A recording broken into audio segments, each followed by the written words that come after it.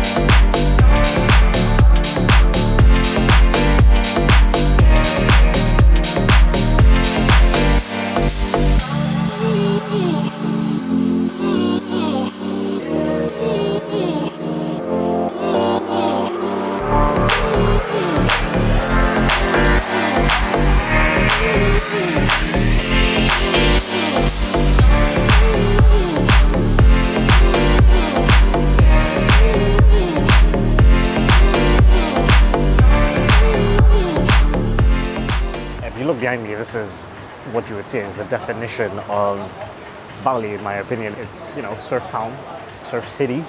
I think this is one of the main tourist attractions, is just the fact that currently here at Echo Beach Club behind me, and obviously the beautiful ocean. In my opinion, there's like three different parts to Bali. There's the touristy, where I am right now, which is like people just coming to go to the beach and hang out and experience being in Southeast Asia, and an inexpensive part of the world, and then enjoy world-class surfing while having a drink by the beach and enjoy amazing weather during the time of the year that is usually cold in most countries, especially in the West. So that's one. And then I think the second part is you have the Westerners or foreigners that move here with a digital nomad mindset, and then some of the people that have moved here just for like life purposes. Maybe they want to retire here. There's some business opportunities. Might not be necessarily digital nomads, but entrepreneurs. Obviously, there's a ton of resorts coming up, like all these amenities, cafes, all that stuff. So you have that side of it. The third part is the locals, right? Like obviously, there's a whole inland structure to Bali that is like people like myself, I'm probably not going to experience because I'm just not going to be here long enough. If I was here for like a month, maybe I would go more inland and sort of try to connect with the local culture a little bit more. But right now, I'm just kind of pretty much, hanging out by the beach, going to coffee shops, walking around, going out a little bit, meeting new people. So that's kind of going to be sort of the main, my main experience here. Anyways, I got distracted. See what happens, man. I think my overall opinion of Bali is that it's sort of like a giant Chiang Mai. Chiang Mai, if you want to see one of my oldest videos, from like a couple years ago, was Guangzhou versus Chiang Mai. And it's a giant Chiang Mai in the sense that you have this like Western aesthetic to the city. So if you're a Westerner, it's pretty easy to kind of like immerse yourself here and go to like green juice, amazing different foods from all over the world. The internet is super fast, it's inexpensive. So you can basically have this like sort of almost world-class lifestyle on a pretty small budget, right? But it's just bigger. It's bigger than Chiang Mai. It's just more expansive. There's more things to do. There's obviously the ocean, which Chiang Mai just doesn't have, right? So I think anybody that loves Chiang Mai, anybody that's spent a significant amount of time in Thailand in that Chiang Mai vibe is gonna love it. And I think if you're somebody like myself, I don't like touristy shit.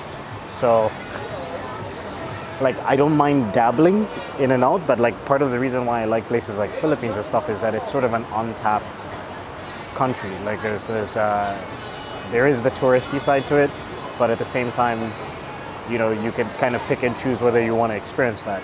Whereas I think like a place like here, obviously if I go to places that are not, if I'm not staying in the more populated areas, then you can kind of remove yourself from that. But one of the main things I would say, one of the big things you notice is if you're around this beach right now, you would see 80-90% of the people walking around enjoying the facilities are not from Indonesia.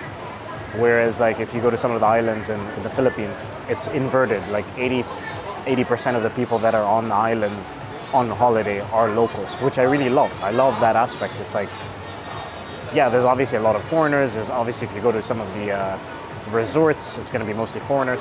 But I like the aspect that the actual place that you're in is being used by the locals, and that just creates a different energy, if that makes sense.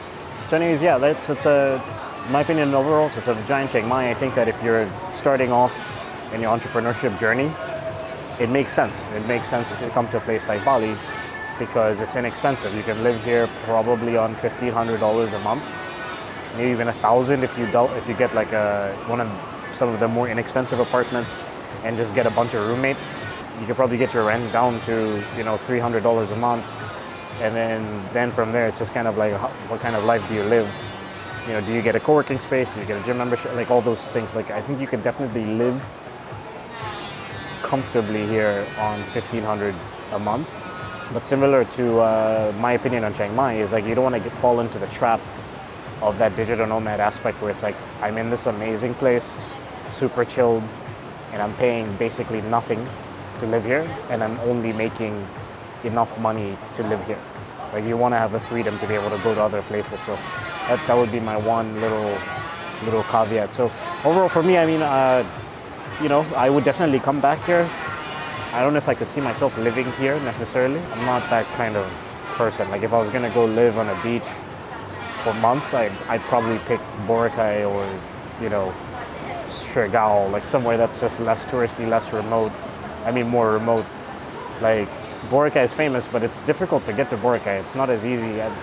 Bali is kind of like, it's easy in the sense that there are direct flights here, but it's far. A big part of that is the majority of the tourists here, I think, are from Australia and Europe because of the distance. Like we're literally like 2 hours, 3 hours away from Australia from here. Like that's definitely going to be a major part of the demographics that you see. And yeah, I'm going to sign off and enjoy my little cocktail. So if you like this kind of content, like, comment, share, subscribe. And I will see you guys next week.